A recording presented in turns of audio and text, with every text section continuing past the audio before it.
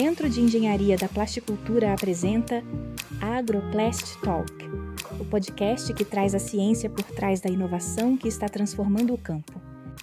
Oi pessoal, tudo bem? Estamos aqui com mais um episódio do nosso podcast, o AgroPlast Talk, o podcast do CEP. Aqui é um espaço que a gente fala de inovação, tecnologia e sustentabilidade no agro. Hoje o tema é muito importante.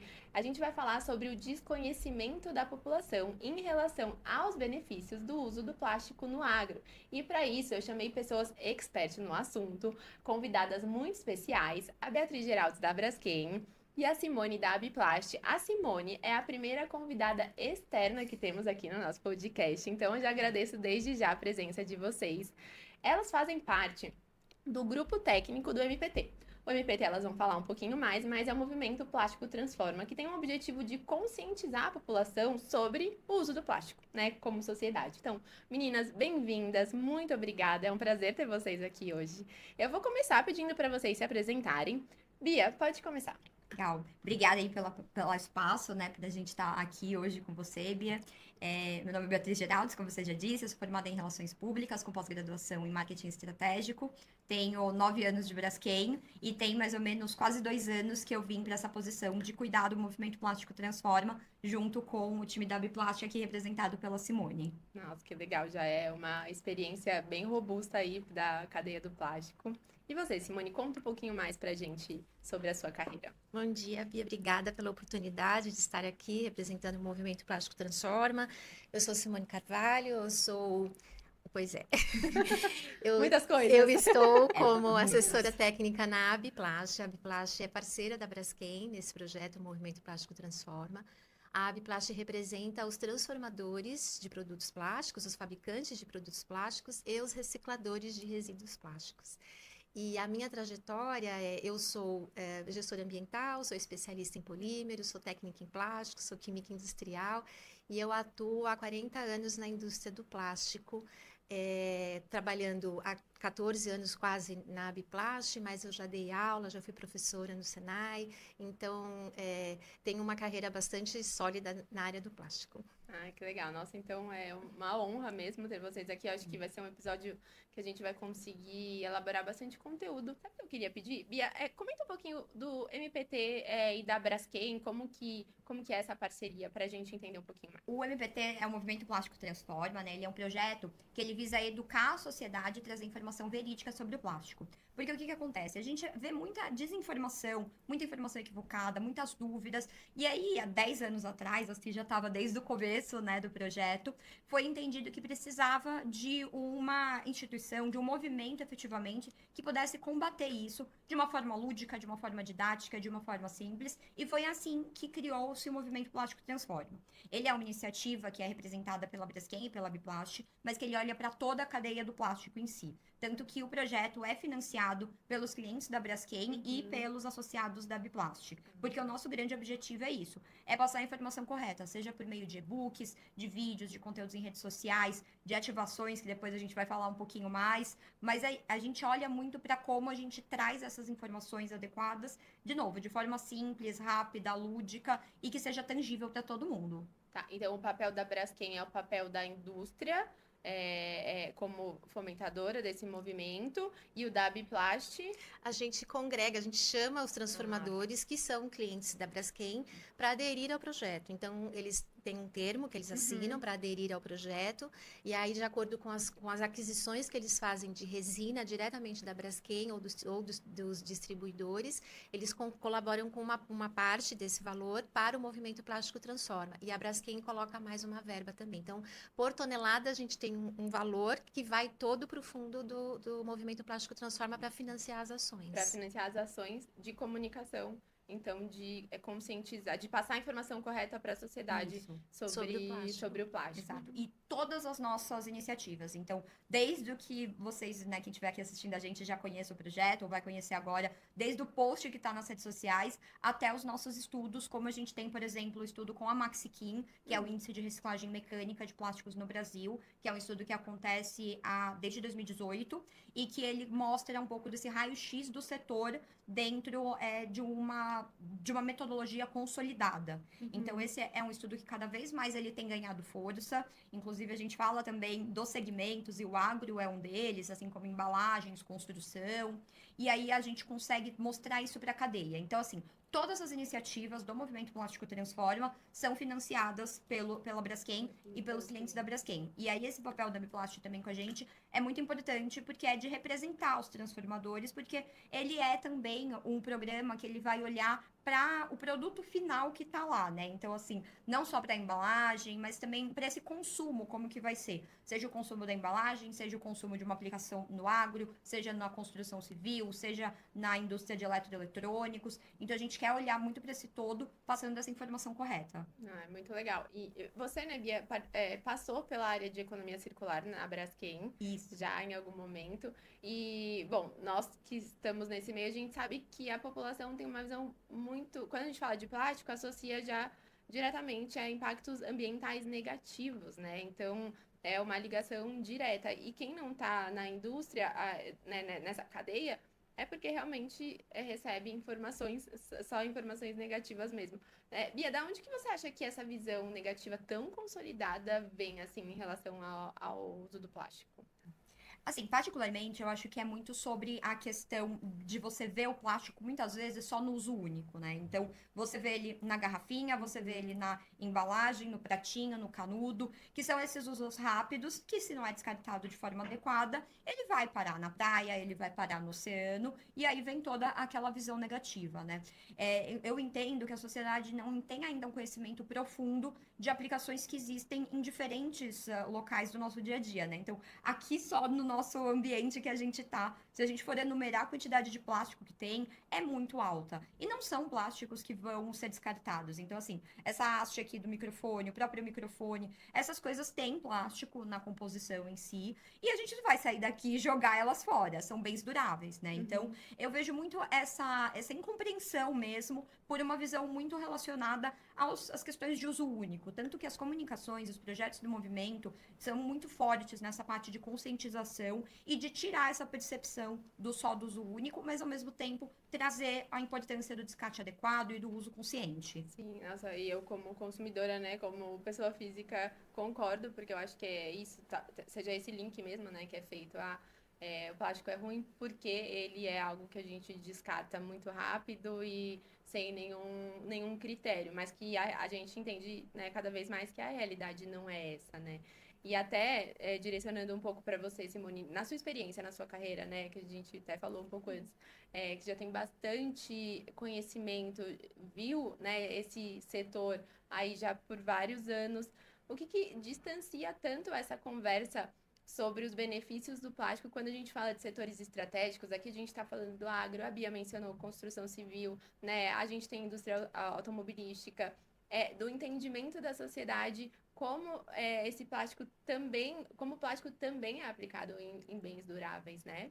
Eu vejo assim, como você bem falou, eu venho, né, acompanhando esse setor já há algum tempo, desde quando eu era aluna e trabalhando na questão do plástico. E assim, o plástico ele arrasa, né?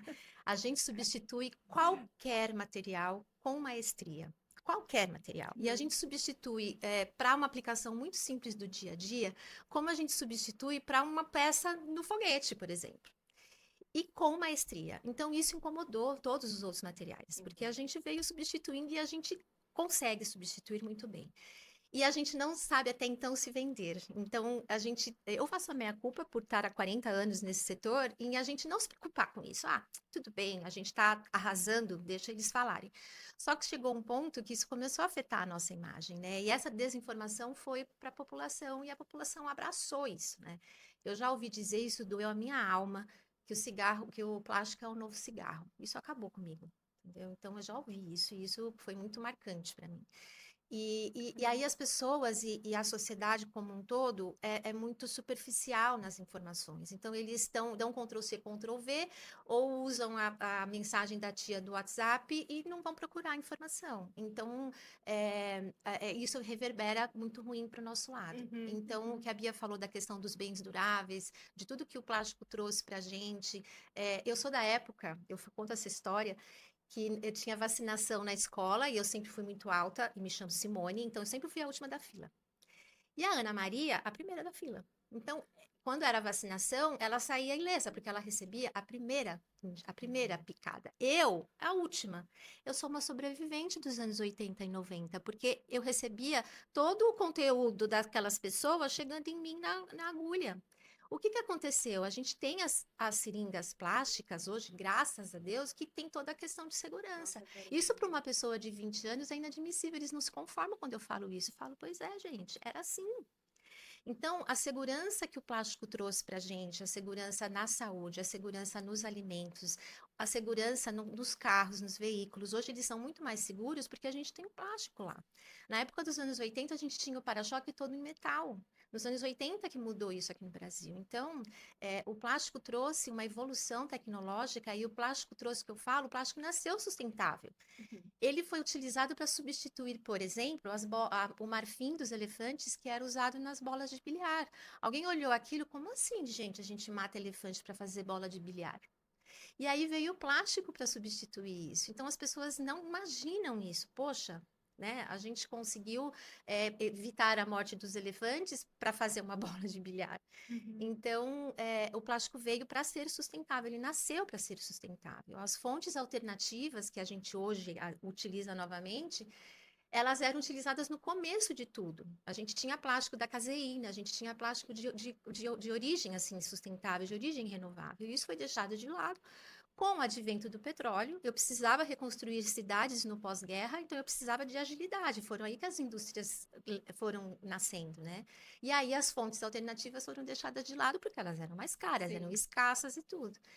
E hoje a gente está voltando com isso porque a gente entendeu que é necessário, mas a gente tem todo um estudo que tem que ser feito, a tecnologia tem que ser aprimorada, as quantidades também, a escala industrial. Mas o plástico nasceu para auxiliar a população, auxiliar a sociedade moderna. Eu não consigo imaginar a sociedade como a gente tem hoje sem o advento do plástico, em todos os setores. O plástico é transversal. E quando eu entrei na Braskem, eu entrei para trabalhar com plástico no agro, e aí eu fui entendendo que o plástico estava em tudo, né? Que a Bia falou, haste, o próprio microfone.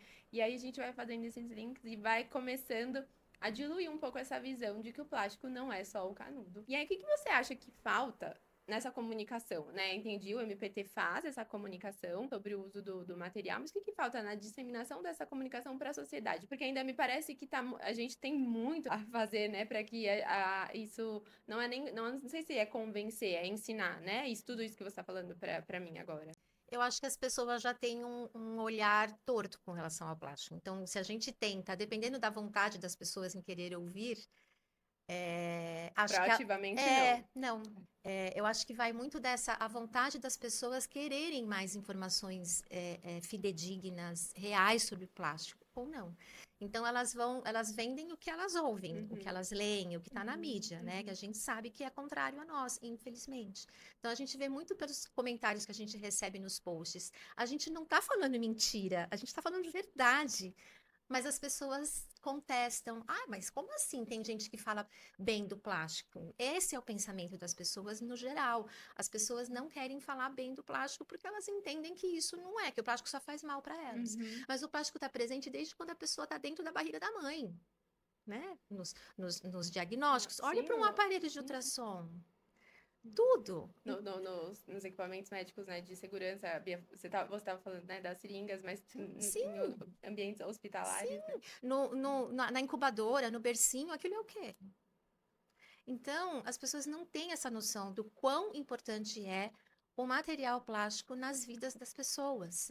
E a gente sabe de todos os problemas associados, a gente não está fugindo disso, jamais. Mas a gente tem que enaltecer o lado bom, que a gente sabe que é muito melhor, muito maior do que o lado ruim. E se ele está no lugar errado, é porque ele foi descartado de maneira errada. Né? Ele serviu para mim, quando eu compro uma garrafa de água, eu estou comprando a embalagem também, ela é minha. Eu tomei a água, mas a embalagem é minha, eu preciso resolver o que fazer com aquela embalagem. Se eu faço mal feito, a gente tem todo esse problema que a gente vê no dia a dia. Sim. E eu aprendi que isso não tem classe social. Não tem classe social. Infelizmente. Porque isso também eu acho que é outro viés, né, sobre o descarte inadequado associado a classes sociais, mas a Sim. questão de conscientização e educação, ela é E assim, a transversal. gente vê, né, no que a gente conversa, que não adianta a indústria trabalhar no melhor plástico, no mais reciclável, no menos, sabe, no mais sustentável, fazer o plástico maravilhoso, um grade maravilhoso, se a população não nos ajuda. Sim, Porque ele vai acabar onde não deve acabar se a população não nos ajuda também. Então, sim. é uma cadeia que tem que trabalhar junto. E se um elo dessa cadeia se quebra, aí a gente tem o que a gente tem hoje, que é esse cenário ruim a respeito do plástico. E você comentou, a gente não está fugindo dos problemas associados, né? De jeito nenhum. A gente na Braskem temos, né, temos uma área de economia circular. Dentro do CEP, no episódio que a Ana e o Caio, que é o diretor e a vice-diretora do CEP, é muito bem alinhado que a gente não faz projeto que não tenha os 3 pilares de sustentabilidade, né? O social, o econômico e o ambiental. Ou seja, se preocupar com o final de vida útil do material é critério para ser projeto ou não dentro do CEP, né? E eu acho que, para além do CEP, mas a gente, na indústria do plástico, a gente sabe dos problemas e das questões, e existem muitos trabalhos sendo conduzidos, né, nessa direção, né? Mas o problema não pode tapar que é uma solução muito boa para muitos setores, né? Inclusive do agro, né? Que a gente tem aqui o CEP. E até queria que vocês, né, compartilhassem o que vocês enxergam como, assim, as principais ferramentas dentro do agronegócio que usam plástico hoje em dia, assim, quais são os benefícios que vocês no MPT enxergam que elas estão trazendo para a sociedade? Acho que assim, eu conheço pouco, né? Conheço só as principais aplicações. Vocês duas conhecem muito mais das aplicações no agro do que eu. Mas o que eu vejo principal de tudo que eu já trabalhei, já tive contato, é o aumento de produtividade, né? O plástico no agronegócio, ele é uma coisa que contribui diretamente para você ter um produto que seja mais adequado, um produto que seja mais bonito. Porque principalmente quando a gente fala de alimentos, então a gente fala de uma banana, a gente fala de um tomate, a gente fala de algo que é comprado muito pelo visual. Então, se ele tá feio, ele vai acabar ficando lá, né? Então, ele ajuda muito nessa produtividade, nessa venda, nesse aumento mesmo de conceitos, de performance, para que o produtor também tenha uma produção cada vez melhor, uma produção que seja mais possível vender, né, de forma mais assertiva. Sim. A gente tem os filmes utilizados nas estufas, né? Que aí até eu acho que muitos dos produtores não têm, talvez, a ideia de que não possa ser qualquer filme. Ah, eu vou lá e compro uma lona qualquer e coloco. Não. A lona, o filme tem que ser preparado, tem que estar resistindo ao intemperismo, tem toda uma aditivação importante. Mas os filmes, eles são muito importantes para você ter contra as ações climáticas, né? Chuva, muito sol, granizo. Então, tudo isso faz com que o ambiente da estufa esteja amigável para aumentar a produtividade do que está sendo ali produzido. E também, por exemplo, o filme mulching, que é um filme bastante importante também para cobrir o solo, para você ter culturas muito sensíveis, como a de morango, você sabe melhor do que eu, você tem que ter todo o cuidado. A questão da irrigação, das mangueiras de irrigação também, que levam, né, toda a água necessária, as caixarias, que são super importantes para o transporte, os sacos que eu tenho que... Gente, eu fico imaginando o trabalho que dá cada pêssego, né? Tem que ensacar para ficar bonitinho, para colher. Então, tudo isso o plástico tá. E as pessoas não têm a mínima noção quando recebem uma manga bonita, um pêssego bonito na sua casa. Como chegou até ali, né? Tudo isso tem o plástico, tudo isso tem a plasticultura. Então, é isso que a gente fez o e-book com vocês, a gente fez o filme com o CEP também. Então, para mostrar para as pessoas que o alimento não chega na casa deles assim do além, né? Ah, Sim. chegou. Não, né? Tem todo um processo, toda uma cadeia trabalhando para chegar seguro, para chegar bonito, como a Bia falou, né? E tudo isso tá o plástico lá, auxiliando Sim. com essas questões. E a gente fala da plasticultura, né, na minha área da Braskem de desenvolvimento de mercado agro, então a gente olha o que a gente chama de dentro da porteira. Então as aplicações do plástico, né, a plasticultura é dentro da porteira. Mas saiu da porteira e o plástico continua, né? São as caixas, são as embalagens, né? Quando a gente compra uva, morango. E depois, quando ele já está colhido e vai para distribuição, a gente ainda estamos engatinhando, vamos dizer assim, aqui no Brasil, as embalagens inteligentes, que daí elas mostram para a gente quanto que o fruto ainda está, o que está embalado ainda está propício para o consumo, porque as embalagens reagem com o que está envolto. Então, tem lá uns indicadores de amadurecimento, se está verdinho você pode comer, se vai ficar vermelho, não, você não pode comer mais, porque o gás que emitiu reagiu com a embalagem. Então, tudo isso é o plástico que permite. Então, todo, desde o campo, desde antes do campo, né? Quando a gente tem os tratores também, ele é fabricado com o quê? A gente tem os tanques, a gente tem muitas peças plásticas também. Então, tudo isso, a cadeia inteira agro leva plástico, até a chegada na nossa casa. Até. E aí a gente não associa tanto, né? E aí, por outro lado, levanta uma bandeira, talvez, e começa essa incoerência por falta de conhecimento de linkar as duas coisas, né? Que aí, puxa, a gente tem um viés tão negativo como sociedade do plástico, por quê, né? Enquanto a gente está se beneficiando em tantas outras formas. E aí, Bia, você até comentou que o MPT tem essa estratégia de comunicar, né? Esse uso consciente. Assim, me dá um exemplo de como funciona na prática. A gente fez o vídeo com o grupo de orgânicos. É esse o foco? Essa é a estratégia prática do MPT de comunicar? Não só essa, né? A gente tem dentro da grande estratégia do MPT, a gente tem 4 pilares. Então, o MPT explica, o MPT conecta, o MPT mobiliza e o MPT inspira. Cada um desses pilares, ele foca em um aspecto relevante do plástico que a gente quer desmistificar, que a gente quer passar informação verídica. Então, por exemplo, no MPT Inspira, a gente vai trazer personagens que tiveram a vida transformada pelo plástico de alguma forma. Foi o que a gente teve com o professor Fabrício, né? Que a gente conta um pouquinho de como o estudo dele, o projeto dele da plasticultura, ela contribui para a ciência, porque nada mais é do que isso, né? O envolvimento todo do CEP, todo das universidades, da FAPESP, ele contribui para exatamente trazer essas evoluções. Aí a gente tem também o MPT Explica, que é quando a gente traz esses conteúdos didáticos de diferentes maneiras. Então, a gente teve o e-book, que a gente fez também em parceria, mas a gente tem também infográficos, a gente tem conteúdo, assim, em vídeos, a gente tem conteúdos em cards, a gente tem outros e-books com outros temas, né? Então, a gente olha muito para essas informações e para onde estão as maiores dores. Então, a gente olha para plástico no esporte, agora também chegando Copa do Mundo. A gente sabe que tem muita coisa no esporte que usa plástico. Então, as camisetas, muitas vezes, podem ser feitas de PET reciclado. A gente tem também o plástico na saúde, como a Ci já trouxe exemplos, assim, inegáveis e que são super relevantes. Plástico no alto, plástico na construção. Então, a gente olha para todos os setores com esse intuito de desmistificar essas informações. E aí, além disso, a gente tem os outros 2 pilares. O MPT Mobiliza, que é quando a gente vai mesmo, assim, na rua, vamos dizer, conscientizar as pessoas. Então, nós temos mutirões de limpeza, que são feitos com escolas específicas, onde a gente faz a conscientização de turmas nessas escolas sobre a importância do plástico, sobre a relevância do descarte adequado, do uso consciente e sobre como tudo ao redor deles é de plástico. E aí a gente tem um momento onde a gente leva essas crianças numa praia, que a gente sabe que praia é um dos ambientes que, infelizmente, a gente vai encontrar mais plástico solto e não descartado. Porque, assim, muitas vezes também não é que a pessoa jogou lá. Muitas vezes está lá do lado, bateu um vento, o plástico foi e ninguém se preocupou em ir atrás dele. Que é uma das vantagens do plástico, você leva e Leveza. vai. Exatamente. Então, a gente leva essas crianças para elas coletarem todos os resíduos da praia. Legal. Então, isso também é importante, né? A gente não vai coletar só o plástico Sim. e deixar lá o alumínio, deixar lá o Faz sentido vidro. nenhum. Exatamente, não faz sentido nenhum. Então, a gente conscientiza elas para fazerem a coleta de tudo, até do resíduo orgânico. Então, se tem um coco, se tem uma madeira, se tem alguma coisa, a gente fala.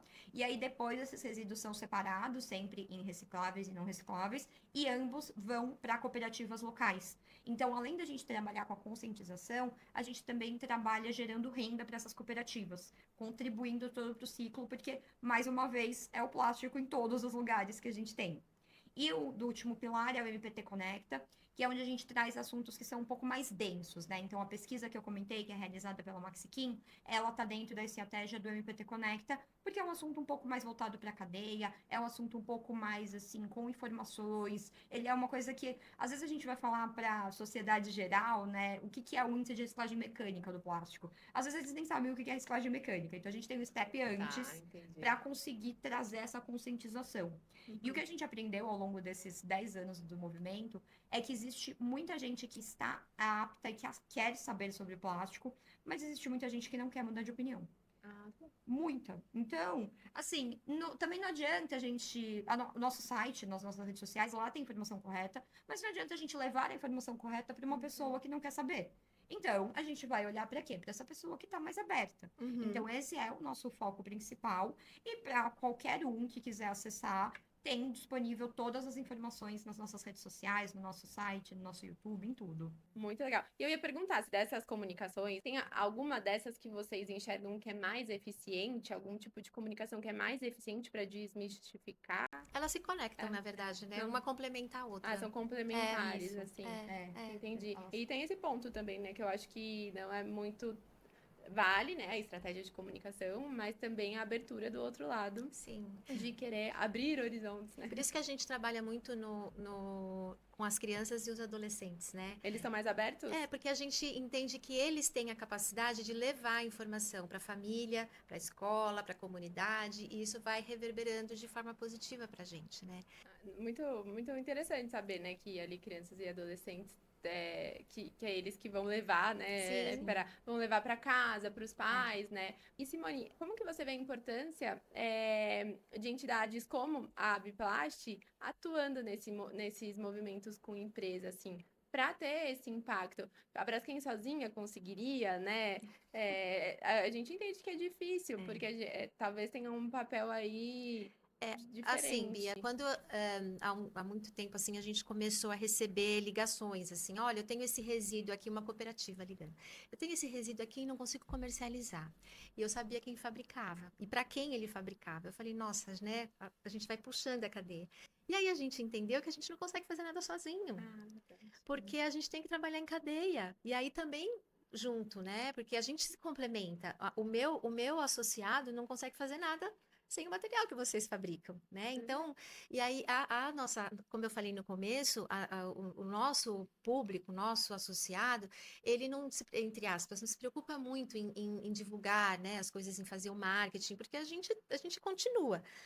Mas a gente entende que a importância da gente trabalhar essas questões do movimento e mostrar para eles, olha, a gente está cuidando da imagem do plástico, está cuidando da imagem do seu produto, porque como a gente fica no meio da cadeia, né, quem aparece é o nosso cliente, na verdade, mas é a nossa embalagem que está ali, né? Então, eu acho que é isso, a gente conseguir mostrar para as empresas fabricantes de produtos plásticos a sua importância e a sua relevância nessa cadeia, né? Olha, você pode falar para o seu cliente que este material não é o melhor.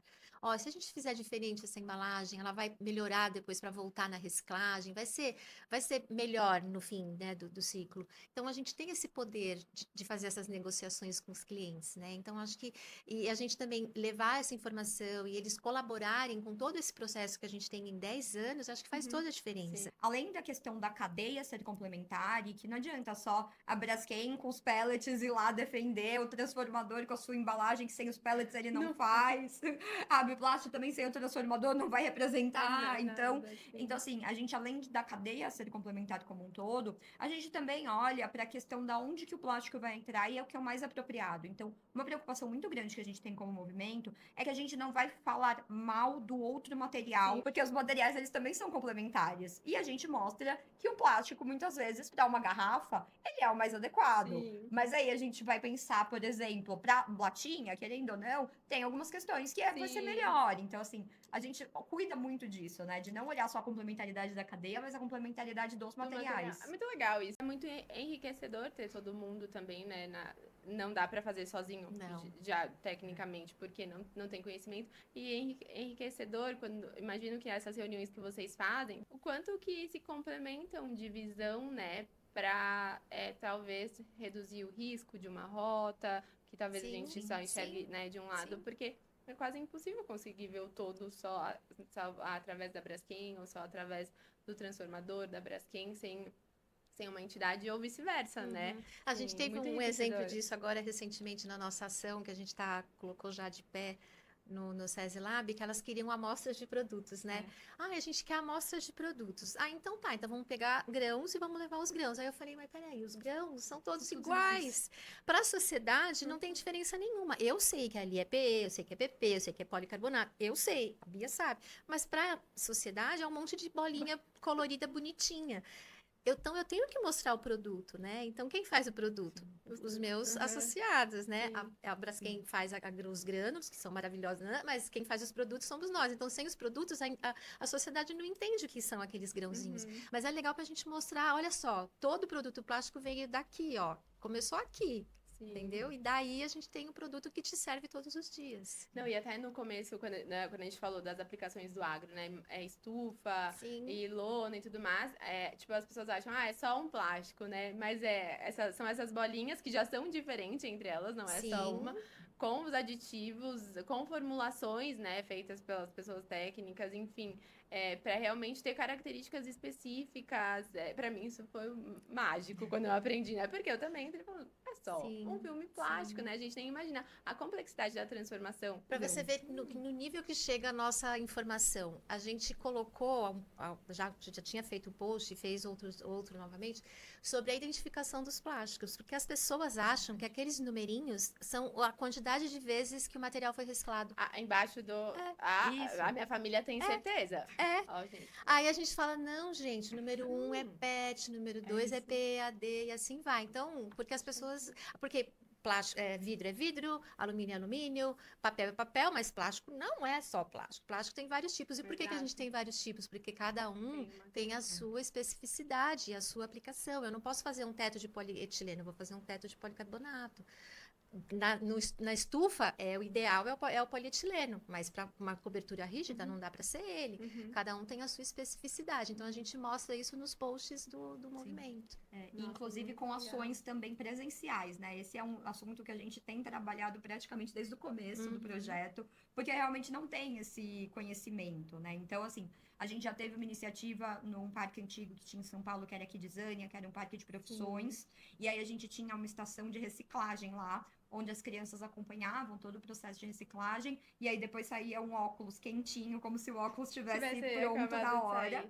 E aí lá a gente tinha um painel com essas identificações, com a explicação, falando um pouquinho sobre cada tipo de material. Aí depois, aqui de Zânia, né, por conta de pandemia, de tudo que aconteceu, acabou saindo do Brasil, aí nós fomos para o Museu Catavento. Museu Catavento também, a gente tinha uma estrutura muito grande, assim, era uma sala, e aí nessa sala tinha todas essas explicações. Tinha também do 1 ao 7, mas tinha também o ciclo do plástico como um todo em projeção. Tinha essas diferenciações. Então, a seringa de vidro com a seringa de plástico, a prótese de madeira com a prótese de plástico, tudo isso. Aí, também por conta de mudança de estratégia, mudança de rota, a gente acabou saindo do Museu Catavento. E agora nós estamos em Brasília, então quem for de Brasília vai visitar, no SESI Lab, que é um museu de inovação e ciência, que tem na Esplanada mesmo, no começo da Esplanada. E agora nós estamos com um aparato lá, que tem informações sobre o plástico, e um carrinho que tem as explicações de 1 a 7 de novo, e também com os cardzinhos e com algumas informações. Então, a gente tem a garrafa, a gente tem a esponja, a gente tem o isopor, a gente tem a régua, para as pessoas poderem identificar e saber que tudo aquilo é plástico, mas são diferentes tipos. Caramba, que legal. Eu acho que isso dos numerozinhos, eu também não sabia. Acabei adquirindo conhecimento agora aqui. E é isso, porque eu falei da minha família assim, mas porque alguém falou, a gente aceitou como verdade. E a norma é internacional, no mundo inteiro é assim. Caramba, então, no mundo inteiro, de 1 a 7 são aqueles materiais, os tipos de plástico. A gente pegar o material, eu comprei uma garrafinha, vai ter um número, número 3, por exemplo, aí o número 1 é o PET. Então, nas garrafinhas plásticas, você vai ver o número 1, PET. A tampinha, geralmente, é em polietileno de alta, que é 2, e o rótulo é em PP, polipropileno, que é 4. Não, 5. E os copinhos, sabe copinhos plásticos? Eles têm um númerozinho. Descartável também, tem ele. Ou ele é em polipropileno, que é 5, ou ele é em poliestireno, que é 6. Entendi. Gente, muito legal. Esse é o tipo de informação. E é tão simples, né, da gente aprender, mas a gente acaba não conhecendo, né, que coisa. E aí a gente vai para esse viés, foi usado tantas vezes. Tudo bem, teria sido bom também, né? Porque significa que foi reciclado. Tá na cabeça, pelo menos está sendo reciclado, né? Mas não é, ele é para identificar e para auxiliar uma cooperativa, Isso, por isso exemplo, que eu ia na falar. separação. Isso, até ia puxar esse gancho, mas isso ajuda muito as cooperativas na separação, né? E até falando já nesse contexto de sustentabilidade, assim, quando a gente fala do uso do plástico no agro, é possível a gente falar de sustentabilidade de reciclagem, né, do material. Como que vocês enxergam as soluções aplicadas, as soluções de plasticultura e o final de vida útil? Totalmente recicláveis, né? Ou seja, todos os produtos que a gente tem lá no agro, eles podem, no fim da sua utilização, retornar para a cadeia em forma de outros produtos. Então, a gente tem PCR, por exemplo, plástico pós-consumo reciclado, que a gente já sabe que vai para o agro, retorna para o agro, né? Não vou me lembrar a quantidade, mas a gente já sabe que o material, por exemplo, polietileno, ele volta para o agro em outras aplicações. Então, isso é tranquilo já para nós em termos de agro. A gente tem, por exemplo, um importante nicho do agro, vamos dizer assim, são as embalagens para os defensivos agrícolas. Essas embalagens, elas têm um ciclo fechado de retornabilidade. E esse ciclo fechado, ele já está sendo usado como benchmark no mundo. O Brasil tem o sistema de retorno dessas embalagens mais eficaz do mundo. Então, eu como agricultor, eu compro uma embalagem lá, compro o meu defensivo agrícola. Eu só posso comprar outra embalagem se eu devolver a anterior. E aí essas embalagens são todas consolidadas e são recicladas e elas formam de novo embalagens para o agro, para defensivos, ou tubos corrugados, ou outros produtos também para o agro, para transporte, para esgoto, para água. Então, esse é um sistema bastante fechado e bastante importante aqui no Brasil e que já é referência mundial. É muito importante até você ter falado, é o sistema Campo Limpo, né? Campo Limpo, Isso, Impev. do Isso. Impev, é isso mesmo, né? Referência. Referência. Com E 99%. um exemplo também que antes o rótulo era em papel. E o rótulo em papel prejudica a reciclagem. Eles se uniram e falaram, não, vamos tirar o rótulo de papel, vamos fazer o rótulo em polipropileno. Porque viabiliza cada vez mais a reciclagem, né?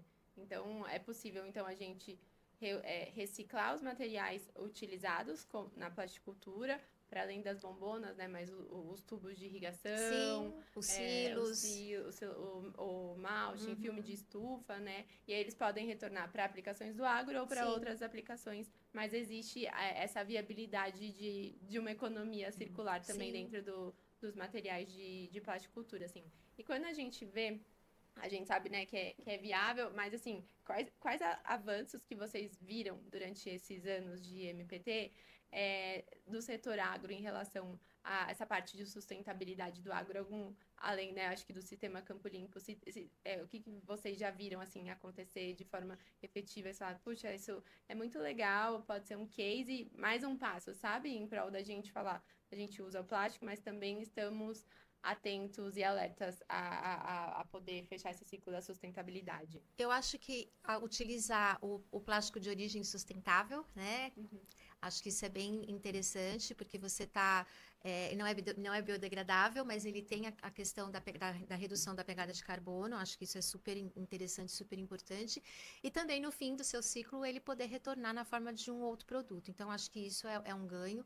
E também explorar outras estruturas, né? Então, como eu falei, o ensacamento, eu achei muito legal numa AgriShow, que eu vi o saco de grão em ráfia, né? Que antes você tinha o saco em juta, tecido, né? Juta natural. E aí eles desenvolveram o saco em ráfia marronzinha que fica parecendo a juta, né? Então, acho que isso é bem interessante, assim. É você inovar de uma forma que todo mundo ganha, né? A questão da sustentabilidade, a questão do produtor, os custos são menores, é mais acessível e é um material que traz muita produtividade, como a gente já falou, ganhos financeiros e econômicos também. Sim. E as sacarias que você está falando provavelmente é ganho no transporte também, né? E resistência, e eu não estou explorando um insumo que talvez possa acabar, não sei. Estou utilizando um material que eu sei que no fim do seu ciclo ele também pode ser reciclado. Pode ser reciclado, né? Muito legal. E tem alguns desafios que vocês acham que o setor ainda precisa...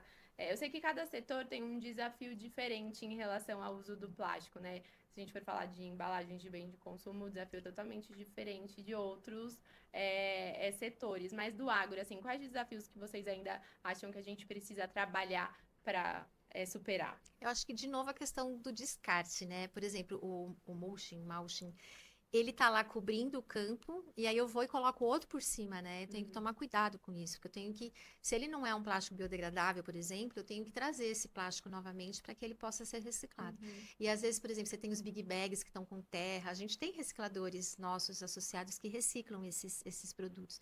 Então, assim, sempre no fim do ciclo de vida, a gente tem uns desafios a serem vencidos, mas que com estudo, com perseverança, com resiliência, a gente consegue, tanto que a gente tem resultados bons, aumentando a utilização de produtos reciclados, de material reciclado no agro, né? Então, acho que faz todo sentido e o aumento, ele está acontecendo, né? Por questões de legislação, por questões óbvias também, ele vai sempre se desenvolvendo e vai sempre evoluindo.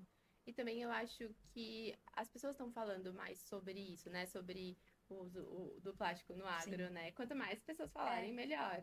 Eu ia comentar exatamente sobre isso. Eu acho que, assim, a gente ainda tem um desafio muito grande de informação, né? Porque é uma informação que, por mais que ela esteja sendo divulgada, ela ainda é restrita, né? Restrita a um grupo de pessoas que conhece, que vai atrás. Então, a gente conseguir disseminar tanto a informação do uso do plástico no agro, quanto da parte de descarte, né? Porque muitas vezes, eu lembro que até uma vez conversando com você, Bia, você falou que, às vezes, o próprio produtor, ele dá a sua redestinação pro material, né? Então, o mulching, ele vai pegar aquela lona, depois, se tiver em boas condições, ele vai cobrir o caminhão.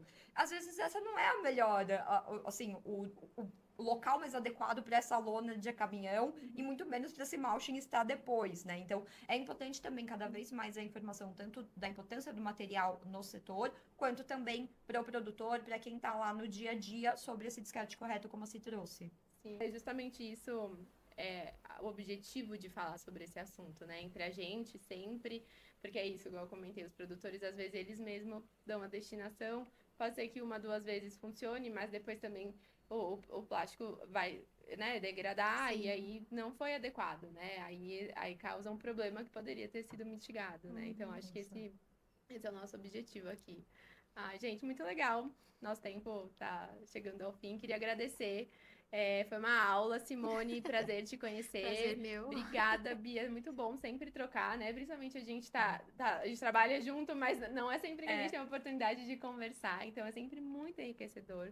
Espero que vocês voltem mais vezes pra gente conversar de mais temas, que a gente faça mais ações em conjunto, que a gente faça mais vídeos com histórias inspiradoras no agro, que eu acho que é sempre um ambiente muito propício pra gente falar de histórias que inspiram. Muito obrigada mesmo, viu? Eu que agradeço a oportunidade de falar sobre o movimento, falar um pouquinho sobre mim. Fiquei muito feliz de estar aqui. Muito obrigada. Imagina. Obrigada pelo espaço e pela oportunidade também. É sempre bom a gente poder contar com outros projetos para a gente reforçar cada vez mais a educação sobre o material. Exatamente. Finalizamos mais um episódio. Não esqueçam de se inscrever nos nossos canais YouTube, LinkedIn, Instagram e Spotify.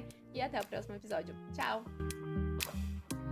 Você ouviu o AgroPlast Talk, uma produção do Centro de Engenharia da Plasticultura, com apoio da FAPESP, Braskem e Unicamp.